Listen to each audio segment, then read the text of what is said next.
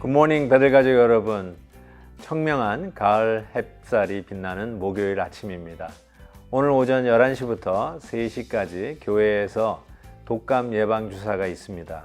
미리 예약은 안 되고요, 워크인이니까요, 시간에 맞춰 교회로 오시면 되겠습니다. 오늘 함께 부를 찬송은 337장 인내하신 구세주요입니다. 페니 크로스비의 간증이 담긴 이 찬송은 언제 불러도 은혜가 됩니다. 만복의 근원이신 우리 주님께 위로를 요청하는 시인의 간구처럼 우리도 동일한 마음으로 함께 찬송합시다. 오늘은 4절을 함께 찬송하겠습니다. 만복 근원 우리 주여 위로하소서. 우리 주와 같으시니 어디 있을까. 주여 주여 내가 비오니 죄인으로 하실 때에 날 부르소서. 아멘.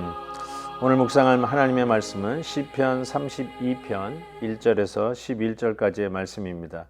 제가 첫 2절을 먼저 읽고 말씀을 묵상하겠습니다. 허물의 사함을 받고 자신의 죄가 가려진 자는 복이 있도다. 마음에 간사함이 없고 여호와께 정죄를 당하지 아니하는 자는 복이 있도다. 아멘. 오늘 이 말씀을 우리가 생각해 보면 완전 무결한 의로운 자가 하나님 앞에 복이 있다. 어떤 실수나 잘못도 하지 않은 기록이 완벽한 자가 하나님 앞에 복이 있는 자라고 말씀하는 것 같습니다. 그렇지만 우리는 압니다. 우리의 성적표가, 의의 성적표가 100점 만점에 100점을 받은 자는 오늘 말씀처럼 한 사람도 없다는 것을 우리는 압니다. 그럼에도 불구하고 오늘 이 말씀 속에 허물의 사함을 받고 자신의 죄가 가려진 자가 복이 있다라고 하는 이 말씀은 무엇일까요? 실은 이 말씀의 배경이 되는 사건은 사무엘하 11장에 나오는 다윗이 밧세바를 범한 그 사건을 염두에 두고 쓴 시라고 하죠. 그래서 시편 51편과 더불어 오늘 이 시편 32편은 같은 배경을 가지고 쓰여진 시라고 많은 분들이 이야기를 합니다. 그렇다면 오늘 이 말씀은 한 번의 실수도 없이 완벽하게 의로운 삶을 살은 자에 대한 이야기가 아니라 실수하고 넘어진 자가 다시 회복되는 은혜를 구하는 시임을 우리는 알 수 있습니다. 그 힌트가 되는 말씀이 저는 이것이라고 생각해요. 허물의 사함을 받고 자신의 죄가 가려진 자가 복이 있다라고 이야기하고 있습니다. 이 말씀이 참 마음에 와닿습니다. 죄가 가려진 자가 복이 있도다. 우리 하나님께서 우리를 용서해 주실 때 어쩌면 그 자시 죄를 지을 수 있는 가능성까지 완전히 없애 주시는 것이 아니라 실은 우리가 주님 다시 오시는 날까지는 계속 죄와 더불어 싸워야 하는 숙제가 우리 성도에게 주어져 있습니다. 그런 의미에서 우리가 용서받았다고 하는 그 은혜는 오늘 이 시인의 고백처럼 나의 죄가 가려진 복이라고 이야기할 수 있습니다. 가려졌구나. 안 보이게 하나님께서 막아 놓으셨구나. 바로 우리가 용서받은 것은 그런 의미라고 할 수 있습니다. 우리가 같은 죄에 자주 넘어지지 않습니까? 내가 한번 실수한 그 죄에 또 넘어지는 경우도 상당히 많이 있습니다. 그때 우리가 꼭 기억해야 될 것은 이제는 더 이상 죄를 지을 가능성이 없는 자가 된 것이 아니라 얼마든지 똑같은 죄를 다시 범할 수 있는 가능성이 있지만 지금 용서해 주셨다는 것은 그 죄를 가려주신 은혜라는 것을 꼭 기억하고 계속해서 우리가 죄와 더불어 싸우는 이 영적 싸움을 계속 고삐를 놓치지 아니하고 치열하게, 마치 내 손이 범죄하거든 손을 자르려는 의향으로, 내 눈이 범죄하거든 눈을 뽑을 의향으로 죄와 더불어 아주 단호하게 싸우는 각오를 다시 한번 다짐해야 되리라고 믿습니다. 또 한 구절, 저희 마음에 와닿는 구절은 6절 말씀입니다. 이로 말미암아 모든 경건한 자는 주를 만날 기회를 얻어서 주께 기도할지라 라고 말씀합니다. 기도는 시간이 남아 도는 사람이 하는 것이 아니라 기회를 얻어서 하는 것입니다. 이 기회를 얻는다는 말은 기회를 사서, 기회를 의도적으로 만들어서 하나님 앞에 기도하는 것을 말합니다. 시간이 널널하게 남아서 이 시간 가지고 뭐 할까? 시간이 남는데 기도나 하자. 이런 태도가 아니라 아무리 바쁘고 눈코 뜰 새 없이 시간이 쬐어와도 내가 하나님 앞에는 시간을 내어서 기도하겠다라고 하는 바로 그런 자세를 이야기합니다. 하나님께서 이 기회를 사서 기도하는 자에게 우리 하나님은 허물을 사하시고 우리의 죄를 가리워 주시는 그 은총을 베푸신다고 믿습니다. 실은 사무엘하 11장에 그 배경이 되는 스토리를 보면 다윗이 정말 회개할 기회를 참 많이 가졌거든요. 하나님께서 그 기회를 참 많이 주셨다라고 생각합니다.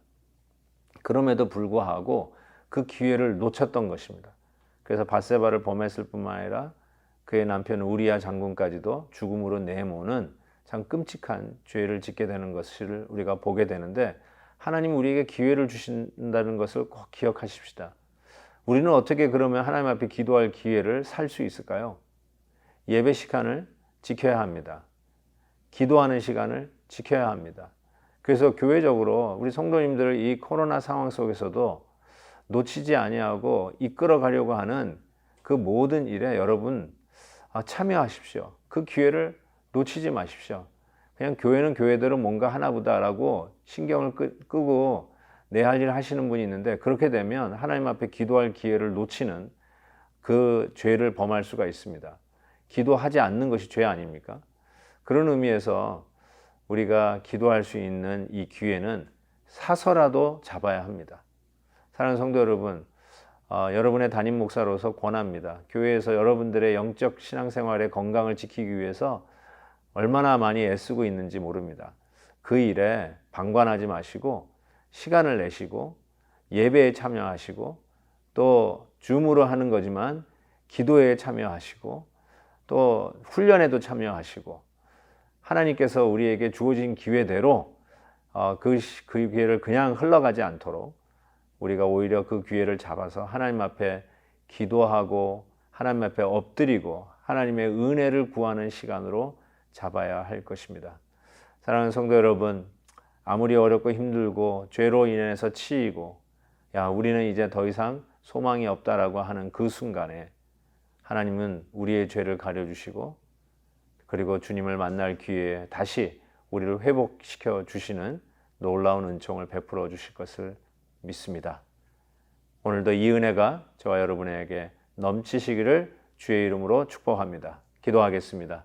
사랑의 하나님 아버지, 오늘도 말씀을 통해서 다시 한번 우리의 죄가 가리워지는 은총을 깨닫게 해주시고, 우리가 하나님 앞에 나아갈 때 수많은 기회를 우리에게 주셨지만 우리가 그 기회를 놓치고 살았던 연약한 죄인임을 깨닫게 해주셔서 감사합니다.